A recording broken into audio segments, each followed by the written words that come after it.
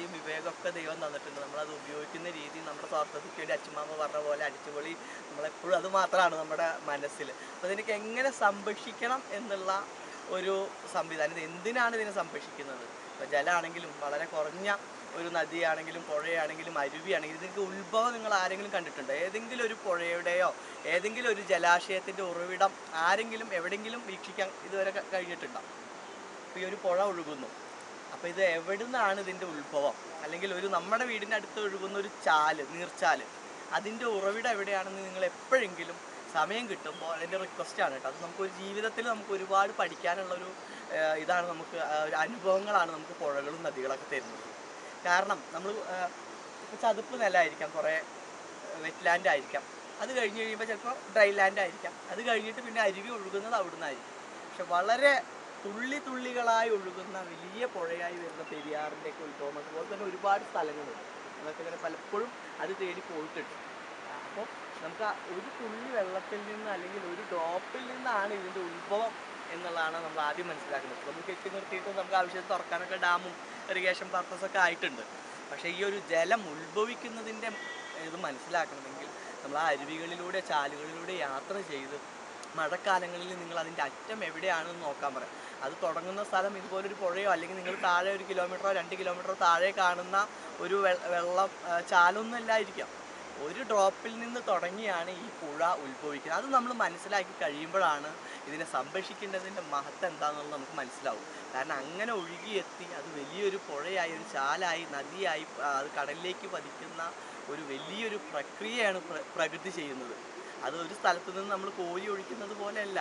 അത്രയും വനങ്ങളിൽ നിന്നും അത്രയും അതിസൂക്ഷ്മമായിട്ടുള്ള ജൈവ വൈവിധ്യങ്ങളിൽ നിന്ന് പെയ്തിറങ്ങി മരങ്ങളും അതേപോലെ തന്നെ അവിടുത്തെ ജൈവ വൈവിധ്യ ഇലകളും എല്ലാം സ്റ്റോർ ചെയ്ത് അത് മണ്ണിലേക്ക് വന്ന് അത് മണ്ണിൽ നിന്ന് ഫിൽട്ടർ ചെയ്ത് ഒരു പുഴയായിട്ട് ഒഴുകുന്ന ഒരു വലിയ നീണ്ടൊരു പ്രക്രിയയാണ്. അത് 1 ദിവസം കൊണ്ടോ 2 ദിവസം കൊണ്ടൊന്നും പറ്റില്ല. നമ്മൾ വീട്ടിലിപ്പോൾ നമുക്ക് വെള്ളം ഫിൽട്ടർ ചെയ്യാനുള്ള മെഷീനൊക്കെ വെക്കുന്നുണ്ട്. ഇതെല്ലാം പ്രകൃതി നമുക്ക് വേണ്ടി ചെയ്തിരുന്ന സംഗതികളാണ്.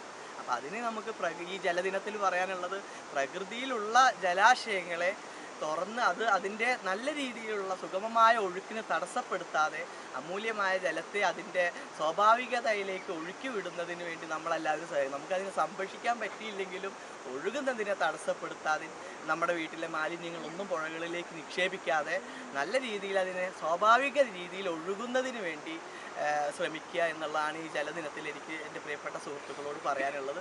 അതിനുവേണ്ടി എല്ലാവരും ശ്രമിക്കുക. ജലപ്രതിജ്ഞ കിട്ടിയിട്ടുണ്ടോ? ഇല്ല. അപ്പോൾ എന്താ സ്വാമി, നമ്മുടെ പ്രതിജ്ഞ ജലം അങ്ങനെ നമ്മൾ ജലത്തോടനുബന്ധിച്ച് പ്രകൃതിയെ കുറിച്ച് ഒരു പ്രതിജ്ഞ നമ്മുടെ സ്വാമിയേട്ടൻ ചെല്ലും. പിന്നെ അച്ചേട്ടനോടെ അച്ചേട്ടൻ അത് ചെയ്യല്ലേ? നമുക്ക് അങ്ങനെ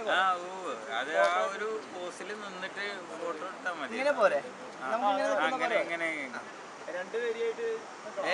അങ്ങനെ നിൽക്കുമ്പോഴേ എടുക്കാൻ പറ്റുള്ളൂ. എടാ അവിടെ ബാനർ പിടിച്ചോളാം മക്കളെ. എവിടെ ആ ബാനർ എടുത്തോ.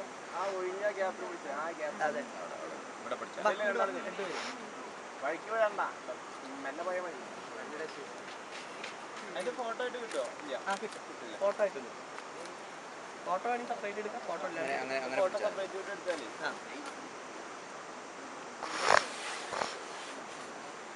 ആ പ്ലാസ്റ്റിക് ഓക്കെ ഓക്കെ. വേറെ ഒന്നുമില്ല ഇതിനകത്ത്. നമ്മുടെ പ്രകൃതി നമുക്ക് തുടങ്ങാം.